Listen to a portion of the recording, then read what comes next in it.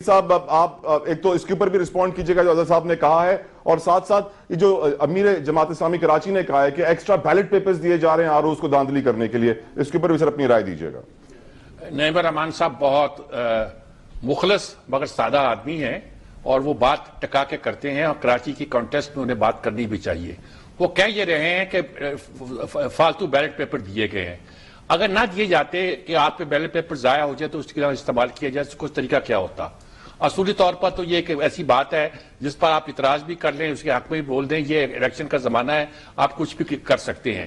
رہ گیا ہمارے عزیز صدیق صاحب کی بات کا، تو اس میں کوئی جواب نہیں دوں گا، وہ بہت کمیٹڈ ہے اور اچھی بات ہے۔ بہت کم لوگ ہیں جو اتنی کمٹمنٹ کے ساتھ، اتنے تسلسل کے ساتھ بات کرتے ہیں اور اپنی بات پہ ڈٹے ہوئے ہیں۔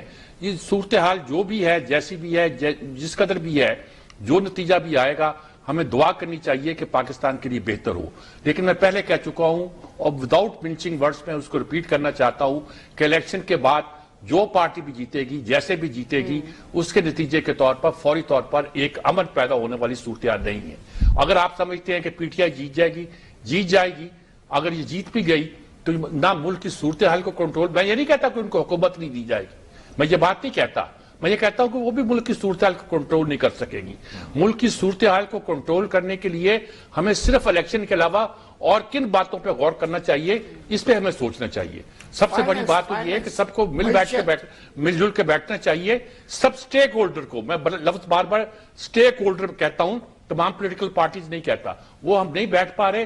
جب اگر نہیں بیٹھیں گے تو ہمیں کچھ مہینے اس کشمکش سے گزرنا پڑے گا، پھر شاید ہم اپنے لیے کوئی رستہ نکال سکیں، ورنہ بہت کرائسس ہے۔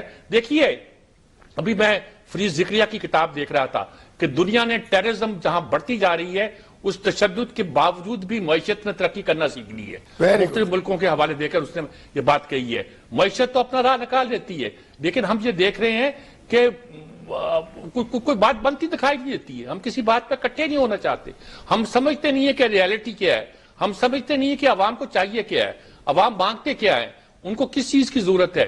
یہ جو روٹی کپڑا مکان کا نعرہ تھا، اب اس کے ساتھ ہیلتھ اور ایجوکیشن بھی آ گیا ہے۔ یہ 5 فیکٹر ایسے ہیں جو ہم پولیٹیکل پارٹی کسی کو دے نہیں پاتی۔ روٹی کپڑا مکان، بجلی، گیس، پانی، پیٹرول، وہ میں نے صحت اور تعلیم 2 باتیں کہہ دی ہیں، باقی باتیں تو مہنگائی کے سلسلے میں روٹی کپڑا مکان میں آ جاتی ہیں، شامل ہو جاتی ہیں۔ تو بہت ساری باتیں ہیں جو ہمیں اب سوچنی چاہیے ایز اے نیشن۔ بتایا جاتا ہے کہ ہم میچور ہو گئے ہیں، تو بھی میچور ہو جائے نا، بہت سے مسئلے جسے ہمیں حل کرنا ہے۔